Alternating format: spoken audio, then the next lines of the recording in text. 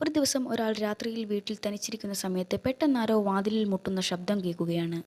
ആരാണെന്നറിയാൻ വേണ്ടി അദ്ദേഹം ആ രാത്രിയിൽ വാതിൽ തുറന്നു നോക്കുകയാണ്. അപ്പോഴാണ് അദ്ദേഹം ആ കാഴ്ച കണ്ടത്. 3 കുട്ടികൾ തൻ്റെ വാതിലിൻ്റെ മുൻപിൽ നിൽക്കുന്നു.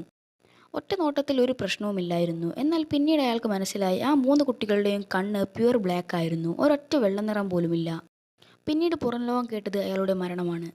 ഞാനിപ്പോൾ ഈ പറഞ്ഞ കഥ ഒരു അമേരിക്കൻ അർബൻ ലെജൻഡാണ്.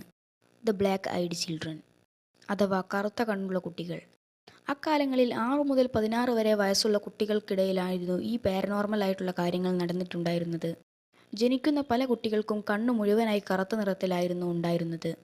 അതോടൊപ്പം തന്നെ ഇതുപോലുള്ള കുട്ടികളെ പല സ്ഥലങ്ങളിലായി കാണാൻ ആരംഭിച്ചു.